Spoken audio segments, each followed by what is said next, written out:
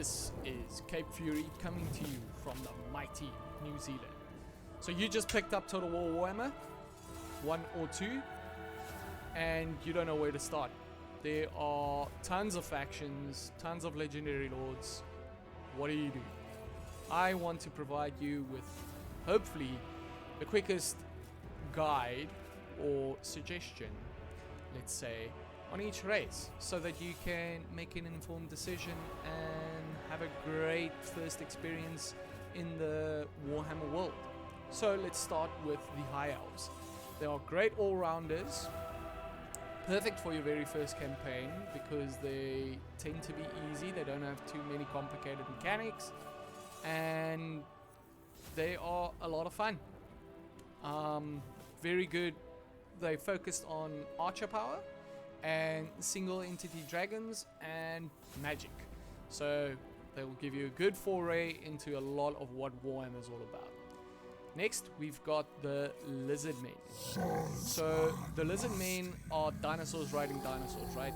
And basically, if you can imagine how that should play, then you're probably right, because that is how they play. They've got very, very tanky units, lots of big, monstrous dinosaur entity units, and they also very strong in magic, and very, very aggressive, but they can also have a very strong skirmish game with their skinks. I seek my Now birthright. we've got the Dark Elves. So the Dark Elves have one of the more interesting or more difficult campaigns because they've got a slave economy where you go and raid and capture slaves and the slaves drive your economy. It might not be for everyone, that concept. Totally appreciate that. But in the Warhammer world, it's very grim dark, as you know. So yeah, deal with it. Anyways, lots of single entity monsters. They've got like stuff like Medusa, very, very like gruesome stuff. That Hydra in the back you see there behind Malekith. Also strong in range firepower, very high armor piercing, and yeah, that's kind of how they play. They also have very strong naval capabilities because they have what they call a Black Ark, which is a giant fortress on the sea. So that makes them very unique in that sense. Next we have my favorite race, the Skaven. So the Skaven have probably one of the more tricky campaign mechanics, which is food. So depending on how much food you've got, depends how quickly you expand. It's quite easy to get food, but it can become a problem. They have some of the best ranged capabilities because they basically huff this thing called warpstone, or the stuff called warpstone, and that gives them all kinds of crazy powers, magics and technology. They basically base their technology off of that. They've got giant rat ogres and plague claw catapults, and they're just really, really good race, especially when it comes to ranged attacks.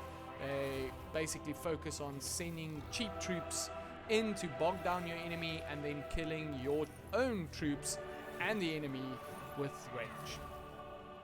Then we have got the Vampire Coast. They are one of the first DLC or one of the DLC races for Warhammer 2. They are also a very, very strong ranged race, zombie race. So almost a similar tactic to the Skaven. You summon lots of zombies, send them in to bog down your enemy and kill your enemy from afar. But they've got also some of the best close combat units, which are vampires, just all suited up and ready to take down your enemy. Very, very cool campaign mechanics in these ones, and a good story-driven campaign. Then we've got the Tombkins. Their campaign side is quite interesting because what they do is they don't have your regular upkeep for your units. you have to build buildings, and that kind of caps your units. So you need to find a way how to manage the amount of armies you've got with research and building trees and all kinds of stuff. So quite a strategic campaign for them. Very, very cool, very chariot heavy, and also single monsters. They're big on that, and hitting people just where it hurts, man. Then we've got the Empire. Summon the Elector Counts. Yes, Carl Franz, summon the Elector Counts.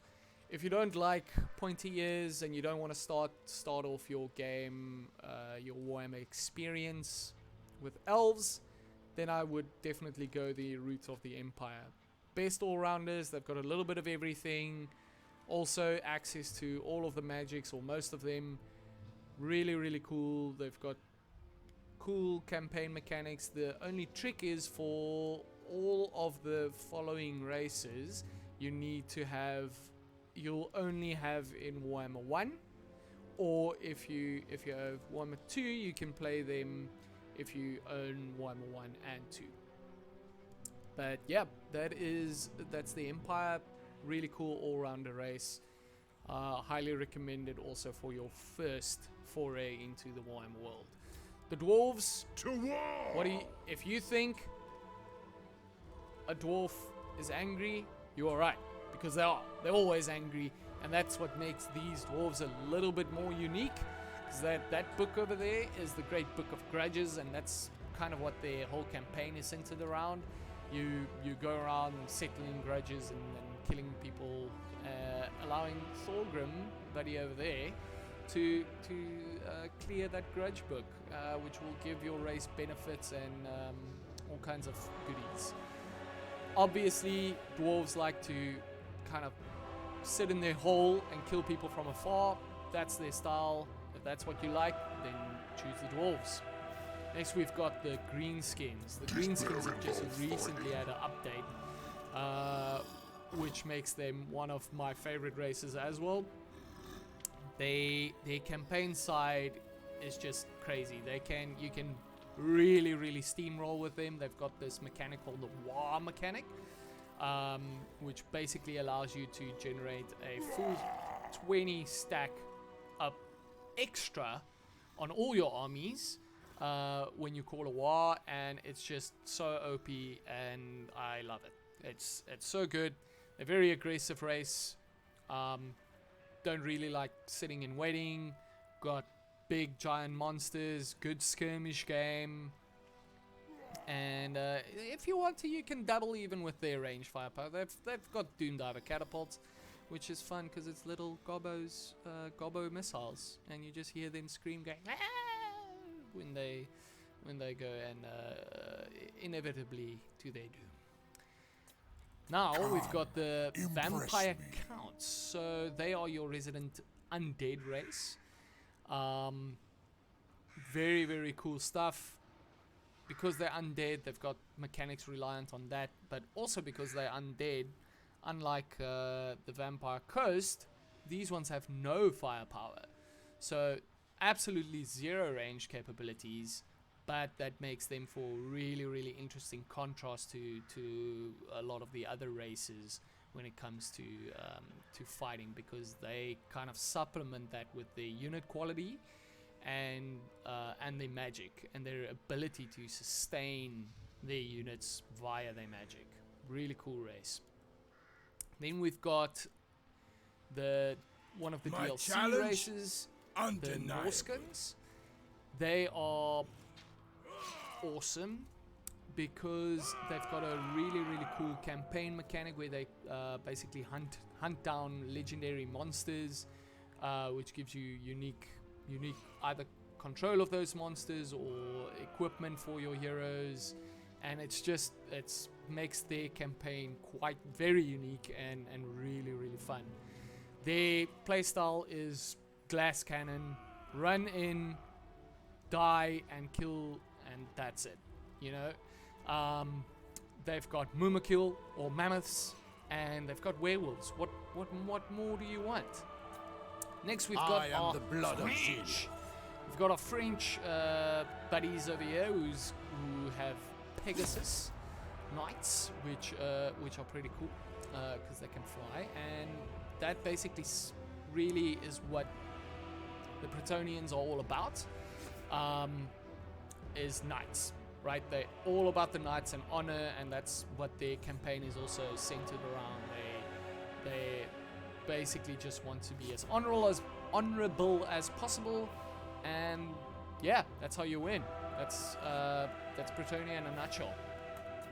Then we have the Wood Elves. They've got a really hard campaign because depending on which one of these two you choose, they're a DLC race, by the way. Depending on which one of these two you choose, kind of limits which unit you can pick. Because they've got this amber mechanic, which you need to get in through buildings or through raiding parties or whatever the case may be. And when you get amber, you can spend the amber to buy or recruit units from the other faction, because it's kind of elves and tree people living in harmony, but also not quite as much. So you need to kind of balance that whole dichotomy. Then we've got one of the only horde races. So what I mean by that is a horde race they don't have settlements, they don't settle down, and that's what the Beastmen is really all about. They travel the world, wreaking havoc where they go, and just basically kill, and kill. That's all they do, and they're really good at it, right? Very, very, very aggressive. I know I've said that now a few times, but these guys are also very glass cannony. Go in, kill or be killed, and that's kind of what they do. They do have some really, really cool magics and monsters available to them, but they do need a little bit of an update. Lastly and finally, we have got the main antagonist of all the games, who are the Warriors of Chaos.